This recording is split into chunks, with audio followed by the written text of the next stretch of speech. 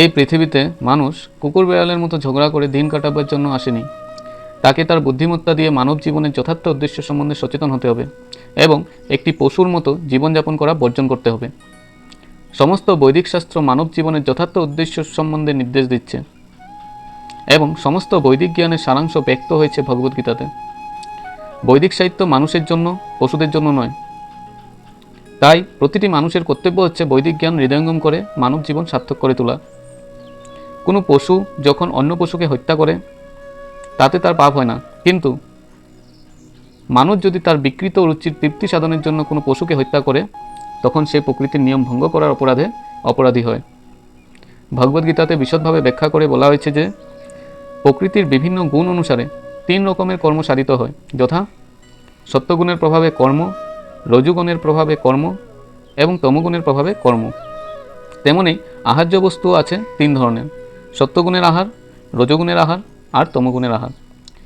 এই সবই পরিষ্কারভাবে বর্ণনা করা আছে এবং যদি আমরা ভগবদ্গীতার এই সব নির্দেশ যথার্থভাবে কাজে লাগাই তাহলে আমাদের সারা জীবন পবিত্র হয়ে উঠবে এবং পরিণামে আমরা এই জড়জগতের আকাশের ঊর্ধ্বে আমাদের পরম লক্ষ্যে উপনীত হতে পারব।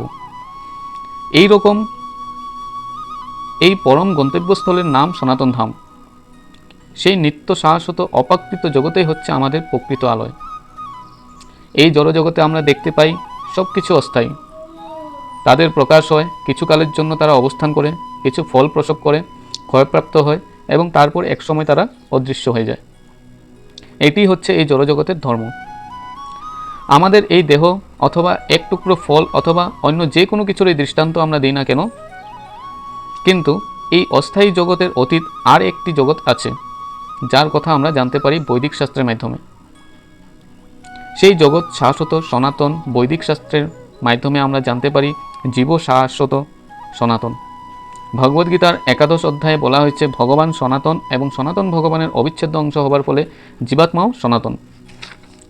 ভগবানের সঙ্গে আমাদের অন্তরঙ্গ সম্পর্ক রয়েছে এবং যেহেতু গুণগতভাবে সনাতন ধাম, সনাতন ভগবান ও সনাতন জীব সবই এক, তাই ভগবদ্গীতার একমাত্র উদ্দেশ্য হচ্ছে আমাদের সনাতন বৃত্তি অথবা আমাদের সনাতন ধর্মকে পূর্ণ জাগরিত করা।